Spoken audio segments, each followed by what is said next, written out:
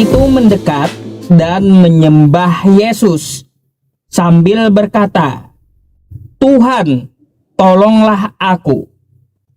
Jadi ada orang di luar Yahudi menyembah Yesus dan mengatakan Yesus itu Tuhan. Lalu Yesus menjawab terhadap orang ini seperti apa? Tidak patut mengambil roti yang disediakan bagi anak-anak dan melemparkannya kepada anjing.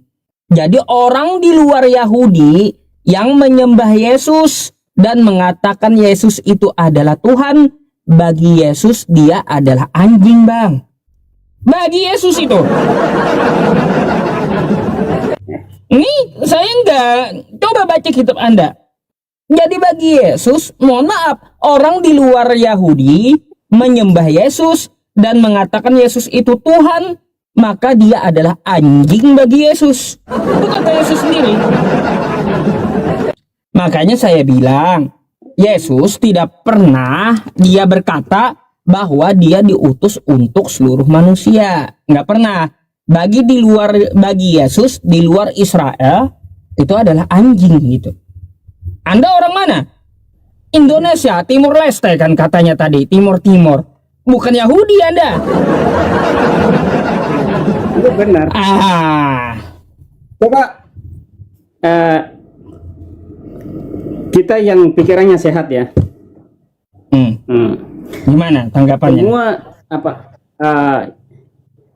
yang bisa, yang lebih tahu dengan tulisan, lebih tahu dengan bahasa, lebih tahu dengan teknologi itu dari mana? Seluruhnya keluarnya dari Israel. Maka tanah pilihan Tuhan atau Yesus yang dilahirkan di Israel itulah menyebarkan kasih sayangnya kepada seluruh dunia, menyebarkan kepintaran atau teknologi ke seluruh dunia. Itu yang kita harus pahami. Gak nyambung, gak ada hubungannya. Kalau kita membahas teknologi, gini bentar. Kalau yang diolah Israel itu kan kata Anda teknologi yang canggih menurut Anda. Tapi Anda perlu ingat, Israel ngambil bahannya dari mana coba? Ayo. Mereka Israel itu mengolah teknologi. Mereka mengambil bahannya dari mana Israel itu? Ya kita kembali ke topik dulu ya. Ya makanya Anda sendiri yang ngajak ke situ. Ya. Anda tahu nggak, Bang? Gini, bentar. Ya. Anda tahu nggak di Israel sana Kristen diludahi oleh Yahudi loh. Katolik dan Kristen itu bagi Israel penyembah berhala dan mereka ludahi di sana. Apa Anda nggak tahu? Ya, itu saya tidak sampai di sana. Makanya saya tidak tahu. Tapi Katolik dan Protestan itu tetap ada di Israel, itu tetap ada. Kalau diludahi, kenapa tidak dihapusin di sana di Israel? Itu satu. Baik, nih. Tetapi lihat dulu. Lihat dulu. Nih. Orang-orang Katolik di Israel sana tuh diludahi Yahudi. Gitu. Kenapa mereka tidak dihapuskan di sana? Karena pemerintah Israel itu mengakui selain Israel, selain Yahudi ada agama yang lain, makanya nggak dihapus. Ya makanya mereka di Israel kan toleransi terlalu tinggi. Makanya di sana Islam pun ada, Katolik ada, Protestan ada. Semuanya mereka itu punya toleransi tinggi. Makanya apa yang diajarkan oleh Yesus, bahwa Yesus datang ke dunia ini berasal dari Yesus datang ke dunia yang berasal dari surga dengan misi utama Yesus menyelamatkan manusia dari dosa, menyatakan kasih Allah, dan menegakkan kerajaan Allah. Itu misinya. Doktrin, Maka dia datang ke dunia. ajaran gereja. Baik, saya kritik dulu satu-satu misinya tuh. Ya, kata Anda Yesus datang ke dunia untuk menyelamatkan orang berdosa. Sekarang saya mau tanya, gimana dia bisa menyelamatkan orang lain sedangkan diri dia sendiri kagak selamat dengan tentara Romawi? Gimana masuk akalnya? Jauh alih-alih mau menyelamatkan orang, menyelamatkan diri sendiri aja dia nggak bisa. Bukan tidak bisa. Begini bang, itu dia ada dua. Seolah-olah dia ada dua ini ya. Satu dia manusia. Ada manusia dua normal. apa? Satu manusia, satu Ya. Tuhan gitu. Kapan Yesus Tapi ngajarin kayak gitu? Yesus tidak mengajarin kita. Yesus tidak mengajarin Lah terus Anda manusia. ikut siapa? Kalau Yesus kagak ngajarin Anda, sudah tahu Anda Yesus tidak ngajarkan Anda, lalu Anda ikut siapa? Aneh Begini, Anda Bang. ini. Saya ikut begini bang. Kami Katolik percaya 100% Yesus. Nah, itu dia utusan Tuhan yang ke dunia untuk menyelamatkan manusia. Orang berdosa, itu Yesus datang untuk menebus itu dosa kepercayaan umat manusia. kepercayaan dari Katolik, bukan ajaran Yesus gitu. Ajaran Yesus itu yang tadi saya dia misinya itu yang pertama untuk Salah. menyelamatkan Ajaran manusia dari nih, dosa. saya kasih tahu Anda. Ya. Saya kasih tahu Anda. Ajaran Yesus, dia datang ke dunia ini untuk mengajak manusia menyembah Tuhannya, bukan menyembah dirinya. Dan dia mengajarkan dia adalah hamba Tuhan. Bukan dia mengajarkan 100% dia itu manusia, 100% dia itu Tuhan. Nggak ada kayak gitu ajaran Yesus. Tapi Yesus mengajarkan untuk menyembah Tuhannya. Coba Anda buka kitab Anda di Lukas 4 nomor 8. Coba Anda buka dulu. Anda bawa kitab Anda, jangan Anda mengambil ajaran di luar Yesus. Jelas di Lukas 4 nomor 8 Yesus menyuruh menyembah Tuhannya.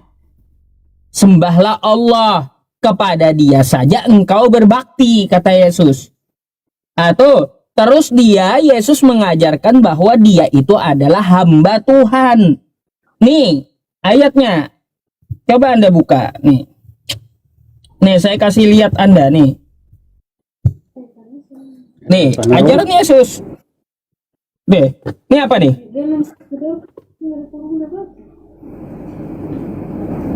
Coba Anda buka Matius 12 nomor 15. Ini apa nih? Judulnya apa nih? Bang, coba Anda lihat ke layar. Ya. Ini judulnya apa? Ajaran Yesus. Yesus hamba Tuhan, ya benar. Makanya nggak ada dia mengajarkan bahwa dirinya adalah Tuhan 100%, nggak ada. Dia tidak Gitu. mengatakan bahwa dia Tuhan, tapi dia menyembah Bapa di surga. Oh iya, makanya Yesus itu datang ke dunia ini untuk mengajarkan Yahudi agar menyembah Tuhannya Yesus. Kayak gitu betulnya. Makanya dari Yahudi yang menyebarkan dengar, Jauh Yahudi banget yang kan dengan menyebarkan ajaran agama, Katolik. ya. Yang mendirikan Betul Katolik itu dari Santo Petrus. Itu Santo Petrus yang mendirikan. Ya. Iya tahu. Ya, jadi Anda ini mau ikut Petrus atau mau ikut Yesus? Ya Petrus kan itu kan muridnya Yesus, berarti dia mengajarkan ajaran Yesus ke seluruh dunia. Oh beda ajaran Petrus dengan ajaran Yesus beda. Tidak beda, karena Kata Yesus itu muridnya. Gini, Petrus ajaran muridnya Yesus, Nah, ajaran Yesus, hai Bani Israel, Tuhan Allah kita, Tuhan itu Esa, satu. Nggak ada Yesus mengajarkan Tuhan tiga dalam satu. Nggak ada. Nggak ada. Saya tahu Anda mengambil ajaran dari Petrus di Yohanes 1 pasal 5 nomor 7. Beda, jauh. Makanya saya bilang ajaran Yesus dengan ajaran Katolik beda. Yesus tidak mengenal Katolik, Yesus tidak pernah mengajarkan Katolik. Ah gitu. benar, Yesus tidak pernah mengajarkan Katolik, tapi Yesus mengajarkan manusia. Itu aja. Untuk dia datang ke dunia saling mencintai sesama manusia. Jangan iri, dengki, Kalau kayak sakit Pak, hati. Nah, kalau yang kayak gitu semua agama juga ada. Kalau cuma mengajarkan kepada manusia sesama manusia kasih, semua agama juga ada, Hindu pun ada kayak gitu. Kagak usah Islam, Hindu pun ada, Buddha juga ada. tapi Islam kok teroris ada, itu yang masalah. Ya kalau Anda melihatnya di Indonesia, coba kalau Anda lihatnya di Amerika, masalah tuh Kristen banyak teroris di sana, Kristennya. Coba Anda lihat yang ngebom gereja di Amerika. Siapa? Kristen. Yang menjajah Indonesia siapa? Kristen. Yang berperang sesama Kristen siapa? Dalam perang salib. Siapa? Kristen juga pelakunya. Ayo. Coba lihat di Indonesia, ya. Contoh di Papua. Siapa teroris Papua? KKB. Agamanya apa? Kristen. Jadi masalah memang ya. Kristen itu banyak teroris memang. Ini aja bang. Katolik tuh. Yo, bang. Halo bang. Iya. Bagi kami yang belajar tentang ini, yang agama apapun sama, yang penting toleransi tinggi lah, saling menghargai, menghormati, beda. Beda bang. Itulah yang semua agama itu nggak ada yang sama, beda. Ya kalau ajaran kasih itu semua agama juga ada. Sayangnya tidak ada ajaran toleransi di Katolik dan Kristen. Coba Anda buka kitab Anda. Coba buka 2 Yohanes 1 nomor 10. Nih, saya kasih tahu kitab Anda nih, ya. Dan tolong jelaskan, nggak ada toleransinya Kristen ini, nih. Nih. Tapi kami lebih tahunya toleransinya, bang. Ya makanya toleransi. Anda dicekoki ajaran dusta. Ini ajaran kitab Anda nih. Coba dibaca.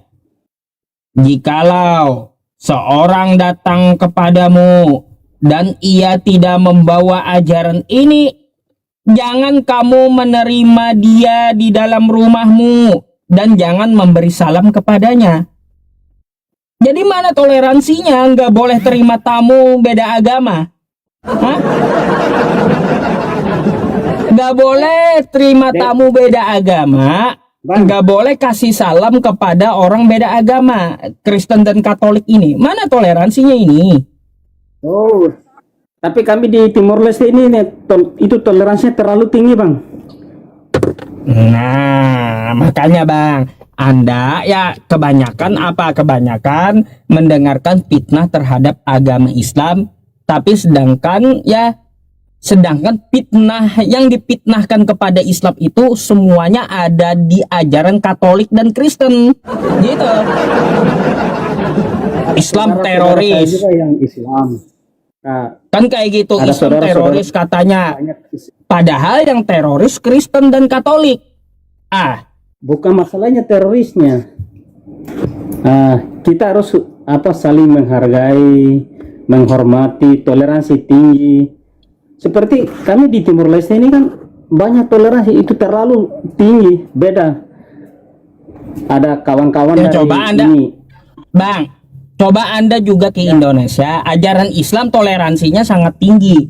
Bahkan harus berbuat adil kepada Kristen. La yanhakumullahu 'anil ladzina lam yuqatilukum fid din. Itu ajaran Islam. Harus toleransi dan berbuat adil dan berbuat baik kepada Kristen yang tidak memusuhi Islam. Itu ajaran Islam. Coba Anda ke Indonesia. Dulu yang masakin saya makan tiap hari aja agamanya Kristen. Ayo. Cuma mungkin ada ajaran yang gimana ya, tapi di negara kami, biarpun Islam itu ada minoritas ya, Islam di sini minoritas, tidak sampai 1% mungkin Islam, tapi kami sangat menghargai, kami tidak mementingkan agama, tapi toleransi itu yang saling mementingkan. Kita harus sesama manusia, kita sama-sama ciptaan Tuhan. Kita bukan Tuhan, maka menyalahkan atau menyalahkan satu sama lain. Yang kekuasaan itu dari Tuhan. Kita ini ciptaan manusia. Kalaunya cuma toleransi digembar-gemborkan, lalu Anda bilang ke Islam kami paling toleransi. Anda bilang ke Islam kayak gitu, Anda bagaikan ngajarin ikan berenang sama umat Islam tuh. Karena apa? Toleransi dalam Islam itu sejak zaman anak-anak SD udah diajarin. Apa itu yang Anda banggakan? Gak ada kebanggaannya kalau cuma toleransi atau cuma kasih, enggak. Makanya ya kata Yesus ya jangan salah sembah. Itu dulu yang dibenerin. Kalau toleransi kasih sesama manusia, semua agama ada ajarannya kayak gitu. Nah, coba sesembahan dulu yang dibenerin.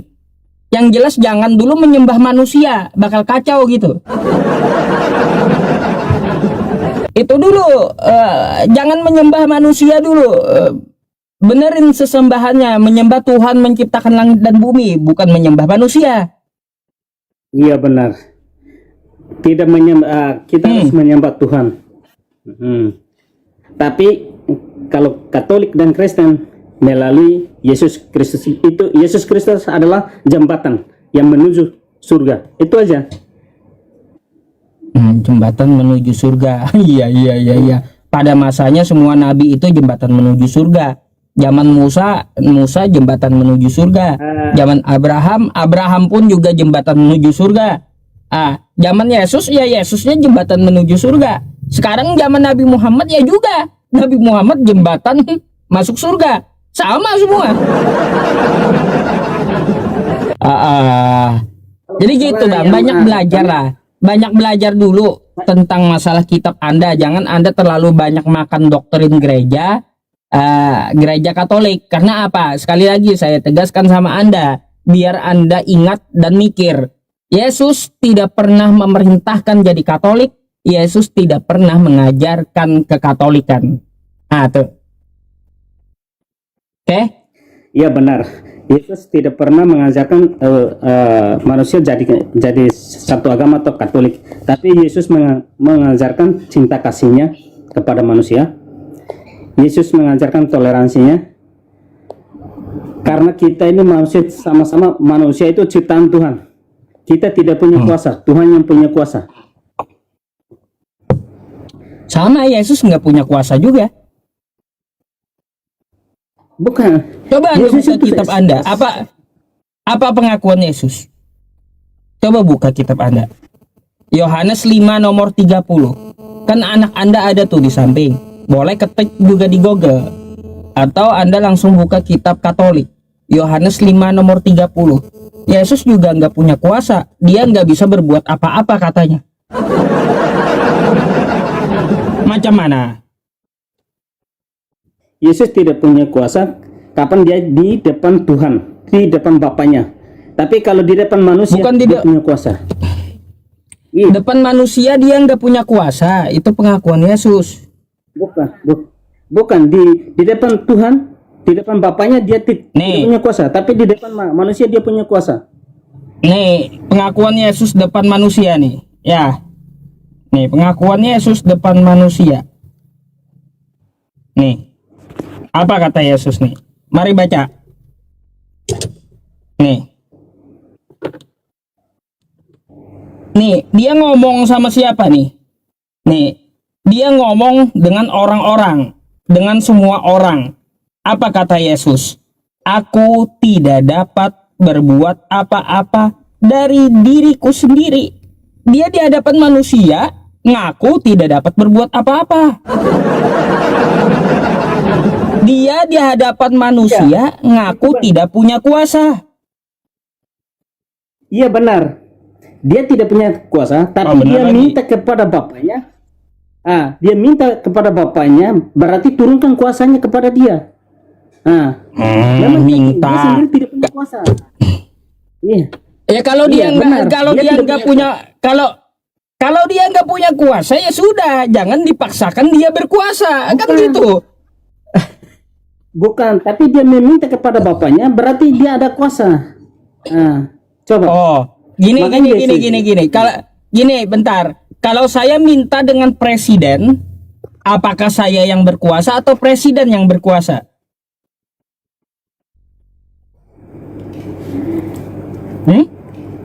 Tapi itu presiden sama kita kan. Nah, itu dulu dijawab dulu. Dengar dulu. Kak, Ya. bentar. Saya Jawabnya nanya begini. sama Anda. Kalau saya minta Presiden dengan sama presiden, yang berkuasa saya atau presiden? Iya. Bang PI sama presiden kita sama-sama manusia. Hanya beda jabatan. Iya, makanya saya Beda tanya. jabatan. Kalau saya minta dengan presiden, yang berkuasa itu presiden atau saya? Makanya itu kita membandingkan dengan Yesus itu beda. Kita sama-sama ciptaan manusia, sama-sama ciptaan Sama. Tuhan. Kita ini sama-sama manusia. Dengan cuman Yesus hanya itu beda sama. jabatan. Gini, kalau Yesus minta kepada Tuhannya, berarti yang berkuasa itu Tuhannya Yesus. Yesusnya kagak berkuasa. Gimana sih? Susah kali ya, kayak gitu. Mudah padahal dipikirkan.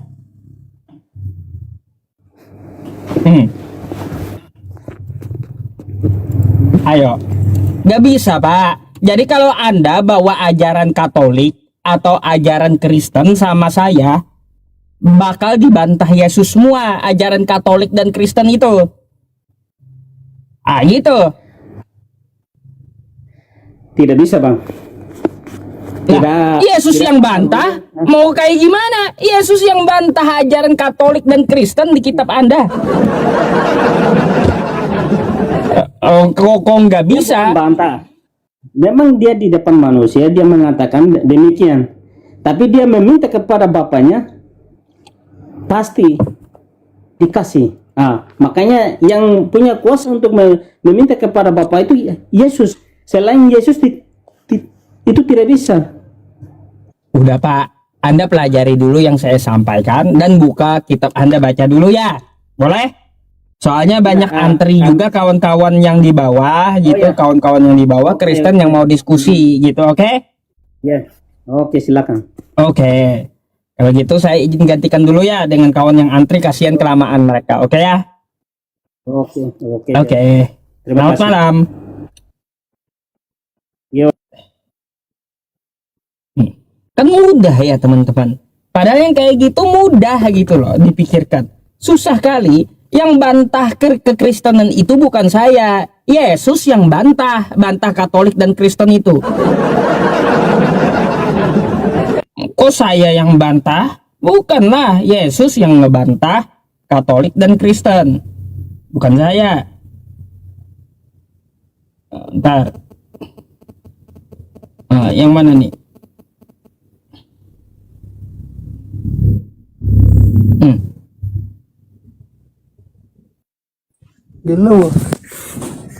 Halo, selamat malam.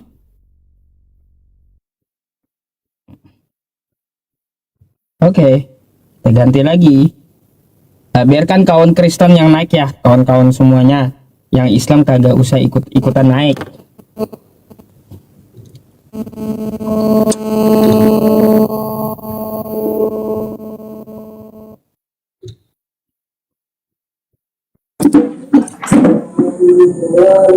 Halo, selamat malam Bernard. Ya, salam. Iya, malam. Iya, Anda Kristen? Iya. Silakan open cam dulu biar kita bisa diskusi. Silakan. Harus on cam kah? Wajib. Wajib. Oke. Oke, Bang. Iya, Anda mau bertanya atau mau ditanya nih? Silakan. Mau bertanya itu. Silakan. Kita gantian aja tanya jawab. Kalau Anda beradab kan memang belum betul-betul tanya jawab dan ya belajar melalui kitab, ya kita diskusi baik-baik juga gitu. Silakan. Anda kan mau bawa kitab kan? Kita mau bawa Al-Quran gitu. Boleh kita mau bawa Al-Quran di ayat Boleh. ayat Al-Kafirun ayat ke-6. Anda tahu apa itu ayat? Apa bunyinya? Lakum dinukum, kalau nggak salah ya. Lakum dinukum waliyadin, untukmu agamamu, untukku agamaku. Baik. Oke? Lalu ada apa dengan ayat itu? Ya, kenapa Anda membawa kitab kita gitu secara Oh, benar? baik. Di situ kan Baik. tertulis. Sekarang kan? saya tak. Baik. Ya, saya tahu. Nggak perlu diulang. Anda tahu nggak sebab turun ayat tersebut kenapa? Apa? Sebab turun ayat lakum dinukum waliyadin itu kenapa? Ya kenapa itu? Gara-gara apa? Gara-gara Coba Anda baca Al-Kafirun itu kan ada 6 ayat. Baca ayat sebelumnya. Qul ya ayyuhal kafirun. Katakanlah hai orang-orang kafir. La a'budu ma ta'budun. Aku tidak akan menyembah apa yang kalian sembah. Wala antum abiduna ma a'bud. Dan kamu tidak akan menyembah apa yang aku sembah. Wala ana abidum ma'abattum. Dan aku tidak akan pernah menjadi penyembah apa yang kamu sembah. Wala antum abiduna ma'abud. Dan kamu tidak akan pernah menyembah apa yang aku sembah. Lakum dinukum waliyadin. Bagimu agamamu dan bagiku agamaku. Karena apa? Ayat sebelumnya menceritakan orang di luar agama Islam ganggu Islam. Tuh Bang. Dia menawari Nabi Muhammad. Hai Muhammad. Ya kata dia. Kami seminggu menyembah Tuhanmu. Lalu kamu seminggu menyembah Tuhan kami. Ada penawaran dari di luar agama Islam kepada Nabi kami agar Nabi kami menyembah Tuhan mereka dan mereka juga menyembah Tuhan kami. Gantian, seminggu Nabi Muhammad menyembah Tuhan mereka, seminggu mereka menyembah Tuhan Islam. Maka dari itu tegas jawaban Islam. Lakum dinukum waliyadin. Bagimu agamamu, bagiku agamaku. Jangan pernah ganggu kami juga akan mengganggu kamu gitu. Karena Islam ya diganggu duluan, maka apa? Maka kita jawab tegas lakum dinukum waliyadin. Jadi ayat itu Bang, ya turun ayat itu karena Islam diganggu duluan oleh di luar agama Islam. Tuh. Oh gitu. Iya. Itu makna dari ayat itu. Jadi biar Anda tahu, lakum dinukum waliyadin, bagimu agamamu dan bagiku agamaku. Lalu ngapain kau bawa kitab kami? Ya, Karena gitu. apa? Kenapa saya membawakan kitab Anda, Bang? Karena satu, ya, di dalam kitab Anda mencatut nama Tuhan saya. Kalian sendiri yang ganggu Islam duluan. Allah ada di dalam sini. Terus namanya apa nih Bang? Alkitab. Abang tahu nggak Alkitab ini apa? Alkitab ini nama lain Al-Quran kami. Nah, dicatut oleh Kristen dan Katolik, lalu dinamakan mereka kitab mereka Alkitab namanya. Padahal Alkitab itu adalah nama lain dari Al-Quran kami. Kalian sendiri yang mengganggu agama Islamnya gitu. Makanya saya bawakan kitab kalian karena apa? Kalian sendiri yang mencatut. Ya, mencatut apa? Istilah-istilah Islam. Jadi kalau hanya untuk didiskusikan nggak apa-apa Bang. Yang jelas kan kalau kita bawa kitab kan ada data. Bukan berarti harus menghina gitu. Ah. Tapi saya tanya tentang toleransi ini boleh nggak tadi? Tadi kan Anda bawakan Quran Surah Al-Kafirun. Ya. Saya mau tanya, melalui kitab Anda yang saya bawakan tadi, coba Anda buka 2 Yohanes 1 nomor 10 tadi Bang. Saya lagi nggak bawa Alkitab Bang, tapi Bang. Ya udah, saya yang bukakan, Anda yang baca ya. Iya. Coba Saya Bang, mau tanya, gimana penjelasannya gitu. Nih. Ini kitab Anda ya, 2 Yohanes 1 nomor 10. Itu kitab apa? Kalau seseorang Kristen apa itu? Kristen Katolik apa Ortodoks itu? dua-duanya ada. Dua-duanya Mau ada. Katolik atau Protestan ada dua-duanya ayat ini. Oh, ada Oke. dua. Sama ya? Sama. Nah nih, jikalau seorang datang kepadamu dan ia tidak membawa ajaran ini, janganlah kamu menerima dia di dalam rumahmu dan janganlah memberi salam kepadanya. Nah ini saya mau tanya, gimana Bang toleransinya? Karena apa? Anda diajarkan untuk apa? Tidak boleh menerima di rumah Anda selain Katolik atau Kristen. Oh gitu. Terus gimana lagi Bang? Iya gimana? Di mana toleransinya gitu ajarannya ini? Janganlah kamu menerima dia di dalam rumahmu. Kalau saya ke rumah abang nggak boleh saya masuk ke rumah. Harus diusir saya karena saya Islam. Ah gitu.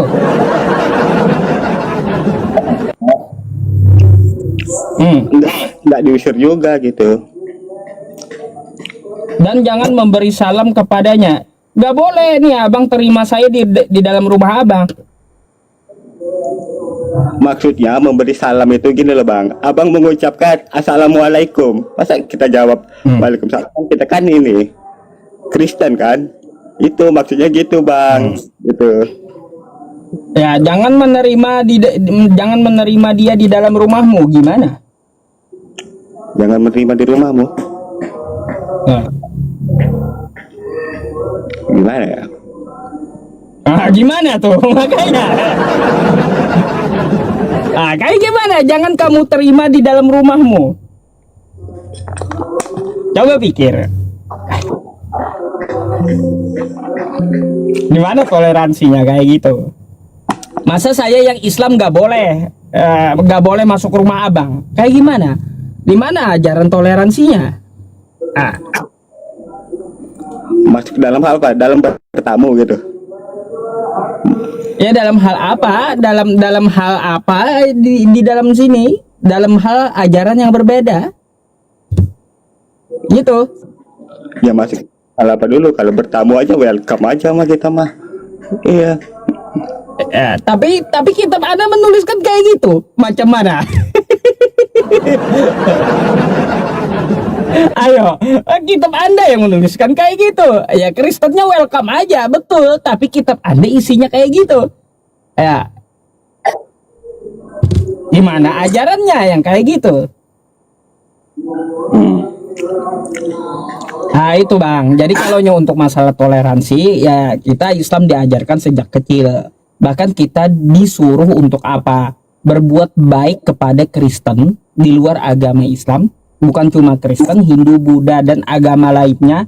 Bagi mereka yang tidak memusuhi Islam.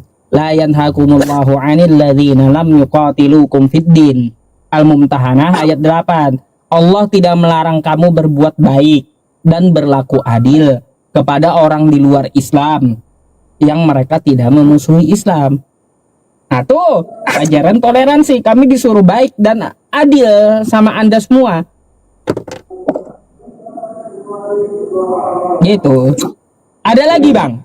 Ada lagi selain Al-Kafirun ayat 6 tadi? Kira-kira ada ayat Al-Quran apa yang menurut Anda janggal atau yang ada di benak Anda selama ini Anda dengar gitu tentang Al-Quran saya? Al-Kafirun apa lagi ya? Sama surat apa tuh? Lupa pula aku. Cuma satu itu sih Bang, yang ayat ke-6 itu Al-Kafirun aja sih menurutku. Iya. Ya yang jelaskan saya jelaskan dan Anda udah ngerti gitu. Kenapa ada ayat tersebut? Ah, kan gitu. Oke, Bang? Ah, Itu oke. Ya kalaunya ada lagi silahkan nanya. Kalaunya nggak ada lagi ya mungkin Anda mau bertanya yang lain silahkan juga di luar Al-Quran boleh. Atau ya Anda memberikan waktu dengan yang di bawah antri gitu. ada sih, tapi abangnya takut marah gitu aku tanya gitu. Nggak pernah saya marah Bang kalau orang nanya, ngapain? Ngapain saya marah? Hah? Ini agak rasis pertanyaannya. Takutnya nanti Nggak kita apa-apa. nista agama abang Nah, apa yang nista. kalau bertanya nggak ada nista, nanti saya jelaskan. Nah, keluarin aja apa yang dituduhkan terhadap Islam. Mau mungkin agak kasar menurut Anda silakan. Aku mau bertanya ini aja. Ustadz gitu bertanya Ustadz Bang, Ustadz di luar sana gitu. Kenapa mainkan cabul gitu? Ya boleh apa ya? Ya boleh santriwatinya gitu. Apakah itu bagus Bang menurut Anda? Gitu. Apakah itu bagus Baik. di Islam? Ya. Baik. Jadi gini Bang, ya. Saya rasa semua agama termasuk Islam menganggap kelakuan tersebut salah. Betul nggak? Salah kan? Nggak cuma Kristen, Islamnya pun Bang, menganggap aku lihat. hal itu salah. Gitu. Karena ada ayatnya kayak gini Bang. Wala taqrabuz zina innahu kana fahisha wa sa'a sabila. Janganlah kamu mendekati zina. Mendekati aja kagak boleh, apalagi melakukan. Sampai ya mohon maaf kan banyak terjadi di Indonesia nih. Pemimpin A, ya Ponpes A mencabuli santriwatinya, kan kayak gitu. Itu adalah oknum di dalam agama Islam yang mana oknum tersebut menyalahi aturan dan ajaran agama Islam. Nah, jadi yang seperti itu oknum Bang. Ya bukan berarti dari ajaran agamanya. Kalau ajaran agamanya melarang, zina itu dilarang gitu. Nah, jadi seperti itu. Banyak kok Bang oknum. Setiap agama itu ada oknumnya. Tapi kalau kita berbicara hal itu ya tentang masalah pencabulan terhadap santriwati, coba Anda lihat di seluruh dunia.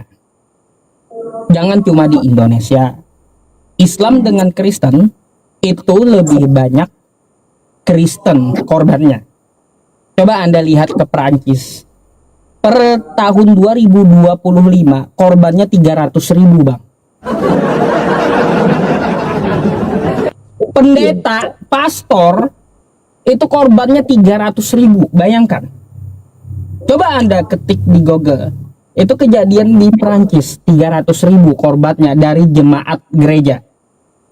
300.000 orang gak sedikit. Kalaunya oknum ustadz tadi, ya oknum ustadz tadi paling satu, gak habis dia. Santriwatinya satu, ada yang kemarin paling banyak 12, saya lihatkan kayak gitu. Cuma 12 daripada pendeta dan pastor sampai 300.000, bayangkan. Ngeri banget gitu. Tapi kan di luar Indonesia, tapi ini aku pertanyaan di Indonesia gitu. Ya, coba kalaunya di Indonesia ada juga oknum pendeta yang mencabuli jemaatnya, banyak Bang. Nih, Mana ada berita kayak gitu Bang? nih, Banyak kan Ustadz. Banyak. Menyabuli santriwatinya gitu. nih, bentar ya. Nih, Bang, Mana? coba kita lihat di Indonesia ya.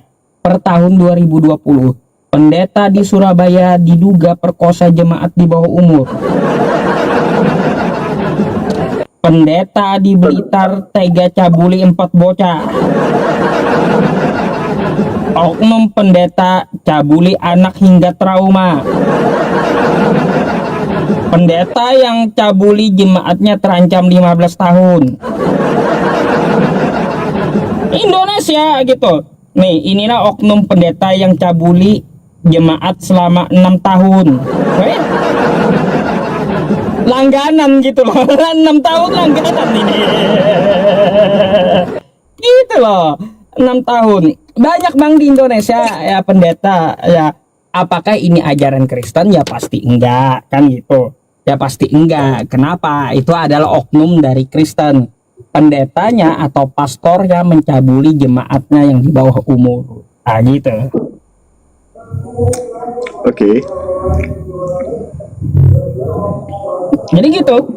Jadi kenapa setiap kali Kristen atau Katolik itu bertanya, saya sering memberikan perbandingan terbalik ke agama Kristen atau Katoliknya gitu. Karena apa Bang? Ya semua yang dituduhkan kepada Islam itu ada di tubuh Kristen semua. Bayangkan, apa yang dituduhkan kepada Islam itu semuanya telah dilakukan Kristen lebih dulu. Gitu tuh. Nah, ada lagi? Tidak sih, cukup sih. Ya, oke. Gantian yang di bawah. Nah, kalau baik, kalaunya ada pertanyaan lain, Bang Bernard silakan naik kembali nanti gitu ya. Oke? Oke, thank you. Selamat malam.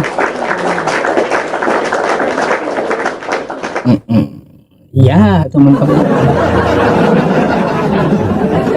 Oh, kalau saya ya, emang agak ngeri-ngeri sedap sih kalau. Iya, ngeri-ngeri sedap kalau sama saya. Oke, lanjut.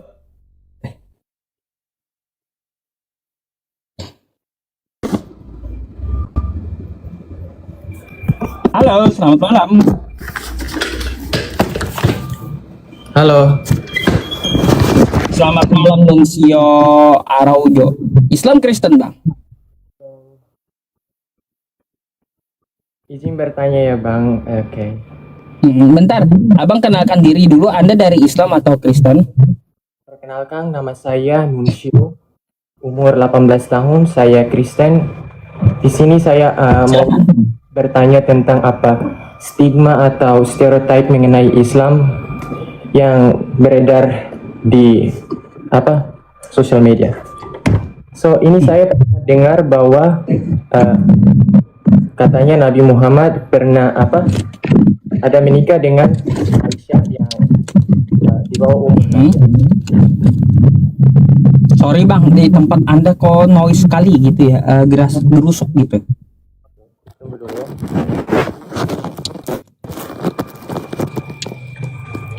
Oke, maaf ya.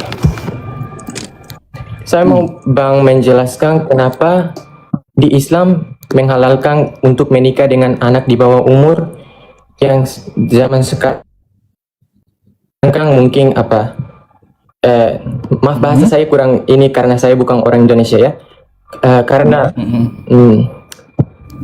Karena zaman sekarang married with young girl itu prohibited, yang itu tidak make sense at all. Kenapa di Islam Muhammad menikahi Aisyah yang pada waktu itu umur 12 atau 13 kalau gak salah ya. Dan Muhammad kan dianggap sebagai Ya, apalagi lanjut dulu sampai selesai statement dan pertanyaannya, silakan. Ya. Dan kenapa Islam mengizinkan poligami?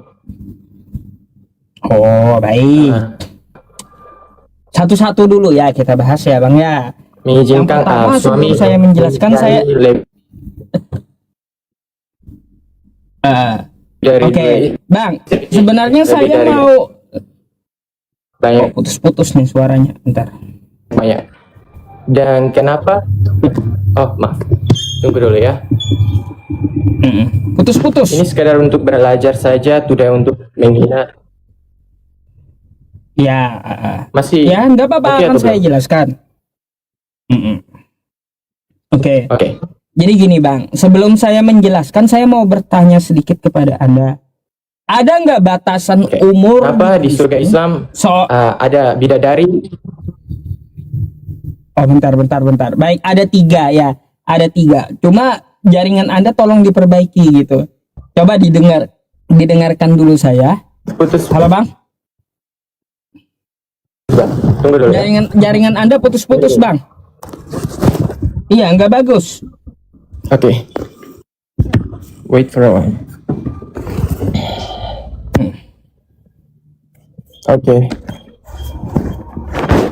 Oke, sebelum saya menjelaskan Bang, saya mau tanya sedikit. Ada nggak di Kristen atau di Katolik membatasi seorang wanita itu berapa batasan dia boleh dinikahi? Tidak ada. Menurut saya tidak ada. Nggak ada. Baik, kan nggak Ya. ada. Sebenarnya udah tahu di agama ada, Anda nggak ada, artinya nggak perlu heran kenapa Nabi Muhammad menikahi Aisyah di umur 9 tahun, kan gitu. Tapi nggak apa-apa, ini sebagai pembelajaran untuk kita semua gitu ya Bang ya. Pertama gini Bang, kan ada sebuah peribahasa ya, peribahasa. Belajar di waktu muda bagaikan mengukir di atas batu, betul?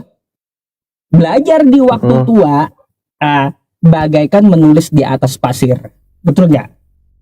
Betul. Itulah pintarnya Nabi Muhammad. Kenapa saya bilang pintar Nabi Muhammad itu? Dia menikahi yang lebih muda agar apa? Agar umatnya dapat mencontoh dari ingatan Aisyah bagaimana seorang perempuan muslimah melayani suami di rumahnya. Makanya tuh ya, hadis Islam hampir 50% tentang wanita, cara melayani suami, ya, cara bersih-bersih diri, itu hampir 50% dari istri Nabi yang paling muda tadi Bang.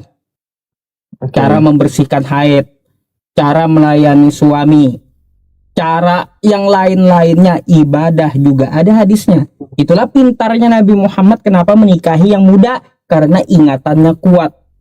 Ketika Aisyah ditanya bagaimana ketika melayani Nabi di rumah, maka dijelaskan oleh istri Nabi yang muda tadi, dan itulah sebagai pembelajaran bagi umatnya. Itu gunanya, khususnya akhlak seorang wanita, ya betul gitu. Nah, jadi gini juga Bang, berkaitan tentang masalah Nabi Muhammad menikahi Aisyah di umur 6 tahun, dikumpuli 9 tahun, itu hadis kontroversi. Ada 2, versinya ada 2. Ada 2. Yang pertama, ya, hadis yang pertama dari Sahih Bukhari. Itu di umur 6 sampai 9 tahun. Sedangkan di hadis lain riwayat At-Tabari atau At-Tabrani, lupa saya. Jadi Aisyah ini, ya, Aisyah bin Abu Bakar, dia mempunyai kakak. Kakaknya namanya Asma. Ya. Aisyah istri Nabi tadi yang adiknya dengan kakaknya itu beda umurnya 10 tahun. Nah gitu, 10 tahun. Maka ketika kita melihat sejarah Nabi Muhammad itu, ketika beliau hijrah dari Mekah ke Madinah, Asma, kakaknya Aisyah tadi, itu umurnya udah 27 tahun Bang. Nah, kalau kakaknya kalau kakaknya umur 27 tahun, maka adiknya beda 10 tahun. Berapa umur adiknya? 27 kurang 10. Ya, 17 tahun. Ya. Ini versi kedua. Nabi Muhammad menikahi Aisyah. Ini untuk di menghilangkan umur stigma ya, Bang. Ya, ini untuk nggak apa-apa. menghilangkan Makanya saya jelaskan. Terkadang ada banyak stigma ya. Oke. Makanya Ya, saya apa-apa, jelaskan saya sampai accept. detil-detilnya. Ya, biar saya paham, jadi- biar saya jelaskan ke teman saya. Oke. Jadi ada Silakan. versi yang kedua, Nabi Muhammad itu menikahi Aisyah di atas umur 15 tahun. Nah, Oke. ini juga dikuatkan hadis tentang masalah perang Uhud. Perang Uhud itu, Bang, tidak boleh diikuti di bawah umur 15 tahun. Itu. Ya. Perang Uhud di zaman Nabi kami, sejarahnya ada perang Uhud namanya, itu boleh diikuti kecuali berumur 15 tahun.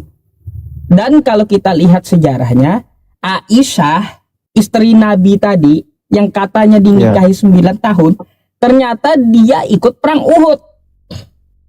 Yang Artinya sudah apa? lebih dari 15. 15 tahun lebih udah umur Aisyah Ya. itu. Ya, gitu. Tuh. Oke. Nah, itu yang kedua, Bang. Ini- Kontroversi Ya. kontroversi yang kedua. Bentar sedikit lagi. Jadi tentang permasalahan untuk menikahi batasan umurnya itu nggak ada batasnya, dan di Kristen pun juga nggak ada. Coba Bang. Gini. Terkait masalah ini saya biasanya menanyakan masalah Rebeka, Bang. Rebeka dan Ishak yang ada di kitab Bible Anda gitu. Nah, kalau kita betul, melihat saya tahu. kejadian masalah Ishak dan Rebeka, Ishak itu menikahi Rebeka di umur 3 tahun gitu. Dapatkah Anda rincikan gitu, biar kita juga tidak salah persepsi tentang masalah ini? Coba gini, Bang, saya tampilkan dulu sedikit ya, sebuah ayat nih. Ini udah lama, Bang, saya tahu. Apakah Ribka menikah pada 3 tahun? Apakah Ishak seorang pedofil? Ini fakta Alkitabnya ada gitu. Kejadian 16:16.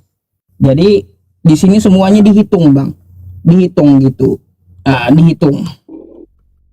Jadi kalaunya kita lihat, Ishak itu menikahi Rebeka di umur 4 tahun, 3 tahun. Dari 3 tahun. dari ayat-ayat di Alkitab. Itu kira-kira bisakah Anda jelaskan kepada saya gimana yang betulnya gitu? Ya, mungkin bagi saya, menurut saya mungkin di zaman itu menikahi kayak anak belum lahir juga kita punya, kalau kita bantu-bantu ibunya kita punya kuasa atas anak itu. Itu kan berbedaan zaman kan ya. Makanya saya kayak sama kayak Islam. Kalau di Islam kan dulu juga di agama apapun dulu itu menikahi anak di bawah umur itu hal yang normal. Tetapi ya saya hanya mau Bang jelaskan buat saya biar saya pecahkan stigma-stigma perihal Islam. Jadi Kalau itu, soal Bang. Rebeka, Jadi mungkin saya belum tahu ya. baik. Mungkin perihal kalau Rebeka yang nggak saya tahu belum jangan terdalam, berasumsi. makanya saya nggak tahu. Ya. Jadi Makanya kalau saya belum tahu bertanya kan ke jangan abang, dipaksa. biar abang jelaskan. Ya. Makanya saya Jadi itu, Bang, udah mau kesimpulannya bicara, ya. dari Aisyah tadi. Dari Aisyah tadi, pertama ya, karena Nabi Muhammad itu memberikan pelajaran untuk umatnya, makanya dia menikahi yang lebih muda, Ya. karena yang lebih muda itu ingatannya lebih kuat gitu. Terus tadi Ya, ada betul. dua kontroversi hadis gitu. Jadi masih simpang siur juga. 15 tahun kah, 19 tahun kah, atau 9 tahun gitu. Antara dua masih. Ya. Gitu.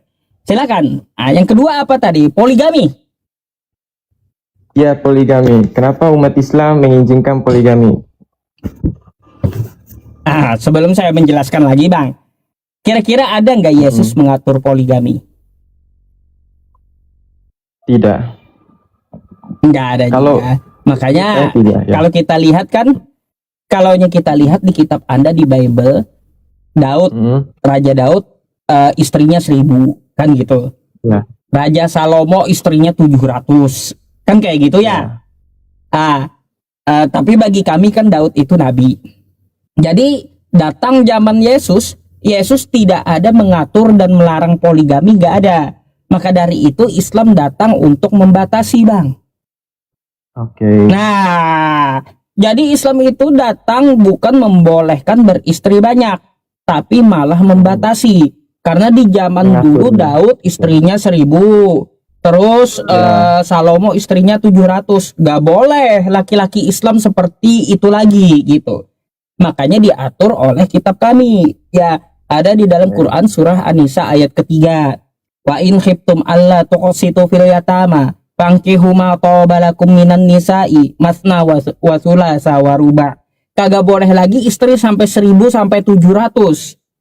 Paling paling yang kamu senangi itu masna 2, wasulasa 3, waruba 4. Maksimalnya 4, nggak boleh sampai 700 sampai 1000 lagi kayak Nabi Daud dulu gitu. Tapi dari keempat, karena Islam datang mengatur dan membatasi. Mengatur dan membatasi ajaran dari Nabi terdahulu yang istrinya sampai 1000. Di Islam nggak boleh lagi kayak gitu. Makanya Islam datang untuk mengatur dan membatasi. Nah, mengaturnya kayak gimana? Katanya paling maksimal 4. Tapi ada kalimat kelanjutannya.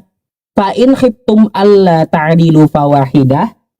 Kalaunya tidak mampu berlaku adil, maka menikah satu saja. Nggak boleh 2. Satu aja kalau nggak mampu adil. Jadi Bang, gini, kalau mampu 4 boleh, mampu dari segi apa? Ada lagi aturannya. Mampu adilnya duitnya, mampu waktunya, mampu ilmunya. Nggak mudah Bang, nggak mudah. Dari seluruh dunia ini kriterianya, Pak in khiftum, ulama kami menjelaskan, in khiftum itu hanya dapat dilakukan oleh Nabi. Selain Nabi nggak ada yang mampu melakukannya. Tuh, makanya Islam datang dengan mengatakan dan mengatur laki-laki Islam menikah satu saja. Gitu Bang. Sebenarnya sebelum saya mengetahui ini, saya ada persepsi bahwa mungkin ajaran Islam itu tidak benar. Tetapi setelah abang menjelaskannya, saya jadi paham dan memecahkan apa yang selama ini saya kira ajaran sesat atau tidak baik. Tetapi ya, dengan abang yang jelaskan, saya berterima kasih sekali. Iya Bang, masalahnya kayak gini, itu bukanlah kewajiban atau keharusan. Jadi poligami itu hanyalah sebuah pilihan, opsi gitu. Opsi maksudnya kayak gimana? Contoh kayak gini Bang, contoh kayak gini, saya menikah nih ya dengan istri saya. Tapi ternyata rupanya istri saya mandul gitu. Sedangkan saya menginginkan keturunan dari biologi saya. Maka solusinya saya menikah lagi dengan istri yang kedua. Tapi dengan syarat mampu adil dan sudah ada izin istri pertama tadi. Kalau istri pertama nggak ngizinin kayak gimana? Berarti nggak bisa adil dia. Maka harus tetap menikah satu saja. Paling solusi yang lainnya mengangkat anak angkat gitu. Jadi poligami itu hanyalah sebuah solusi, bukan sebuah kewajiban atau keharusan gitu Bang.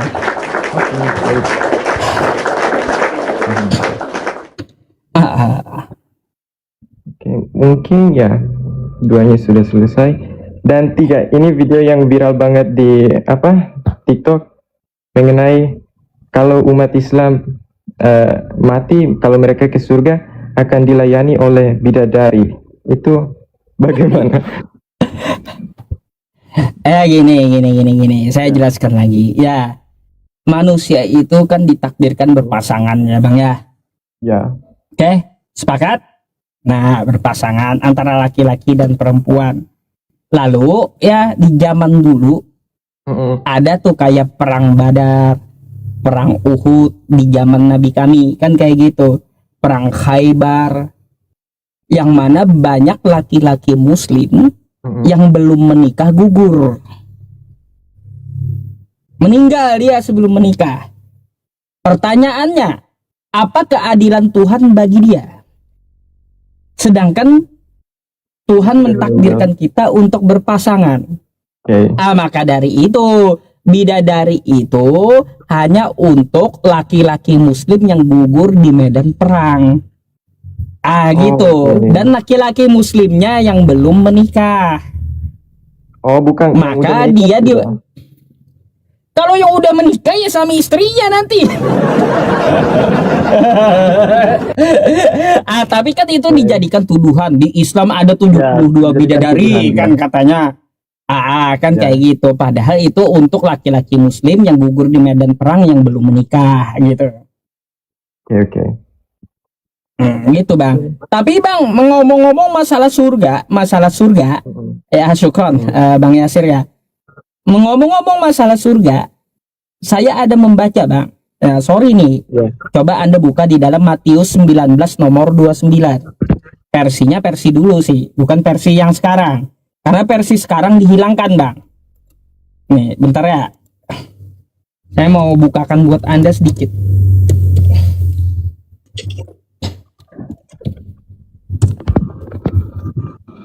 Bentar.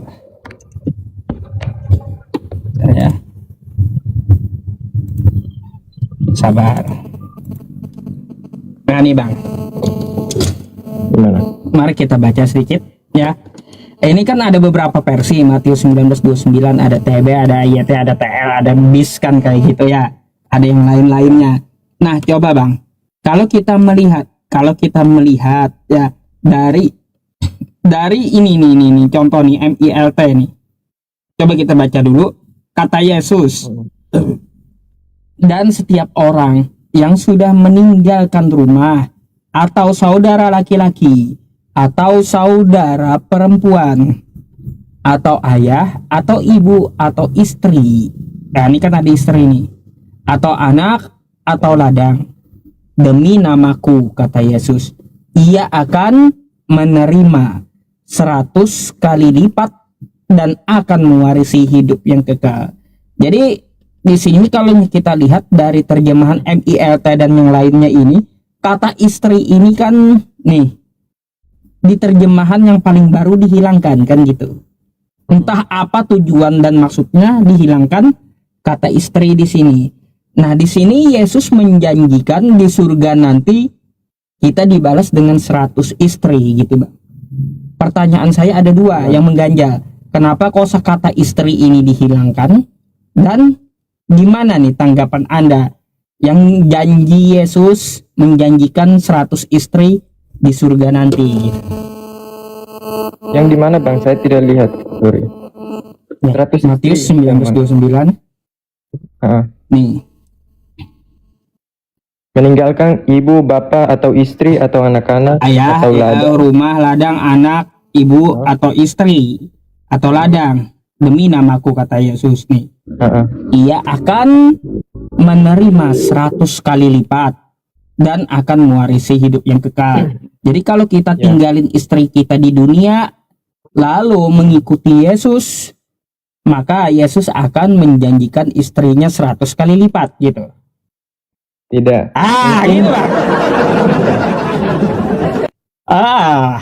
Artinya 100 kali lipat itu mungkin adalah berkat atau kehidupan kekal setelah kita meninggalkan istri atau anak atau yang kayak kita pilih untuk memilih Yesus. Setelahnya kita akan berkelimpahan berkah, itu yang diajarkan.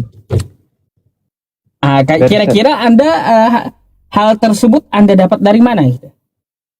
Ya, Penjelasan itu. Di sana itu kita boleh apa? Tunggu, bahas saya yang kurang ya. 100 istri itu bukan 100 kali lipat, bukan 100 istri, tetapi 100 kali lipat itu kayak berkat.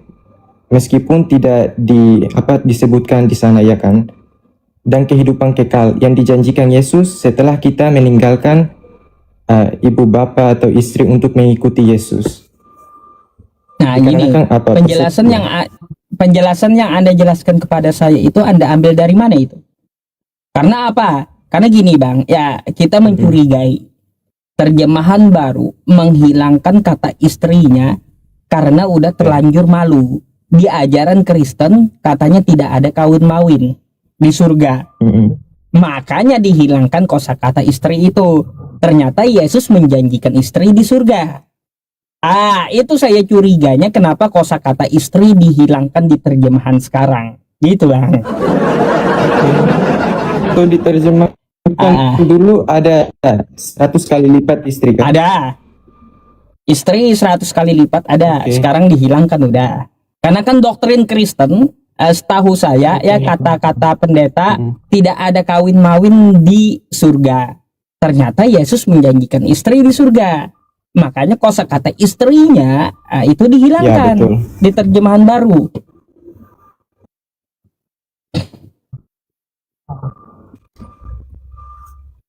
Gitu. Itu sih Bang. Ya, kalau penjelasan Anda itu Anda ambil dari mana, mungkin Anda bisa memberikan referensinya dari saya gitu. Kepada saya bisa diberikan referensinya, maksud saya. Ya. Ya, mungkin saya belum baca yang terjemahan lebih di belakangnya. Nanti baru Ya, saya nanti cari tahu dibaca lagi. dulu Bang. Kitab Sabda. Matius Ini kalau ayat mau berapa, mudahnya Bang? kita buka di internet aja.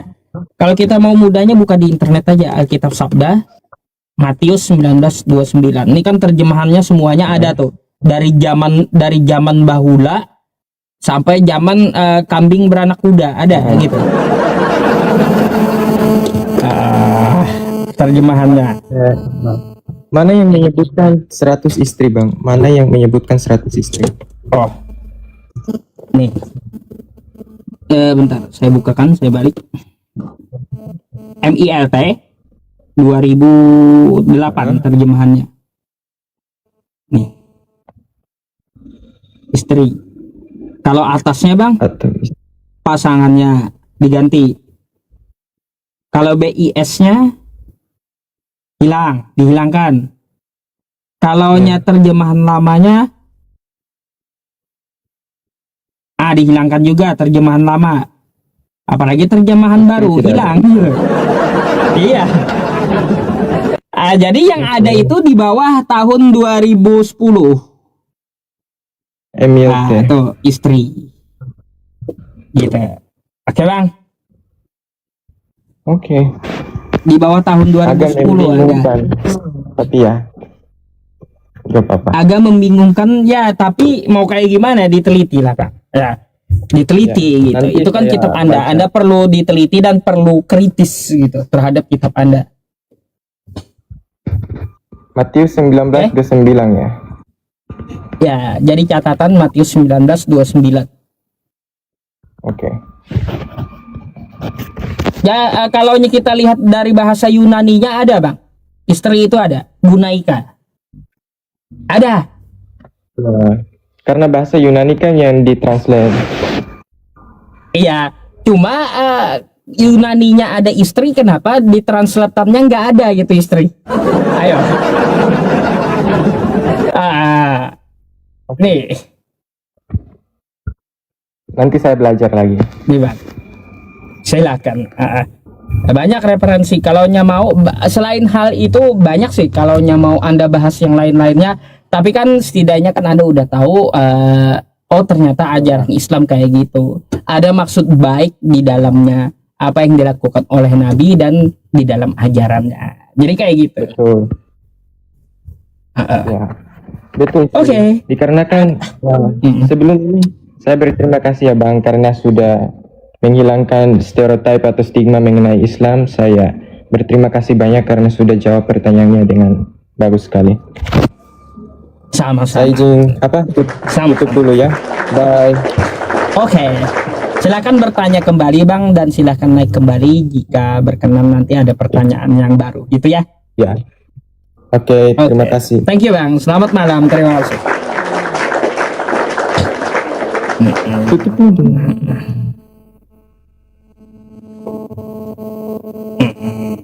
Iya. Wajib kita harus menjawab hal tersebut. Itu pertanggungjawaban umat Islam ya tentang ajarannya. Kenapa poligami? Ada apa di balik poligami? Bagaimana aturannya? Apa maksudnya? Apa tujuannya? Kan kayak gitu. Nah, terus Nabi menikahi yang lebih muda. Katanya 6 tahun dikumpuli umur 9 tahun. Kritiknya harus kita sampaikan. Tujuannya apa? Itu tanggung jawab umat Islam. Ya, nggak bisa Anda ibaratnya orang bertanya kayak gitu. langsung, oh di kitab murid kah 3 tahun? Nggak bisa. Anda harus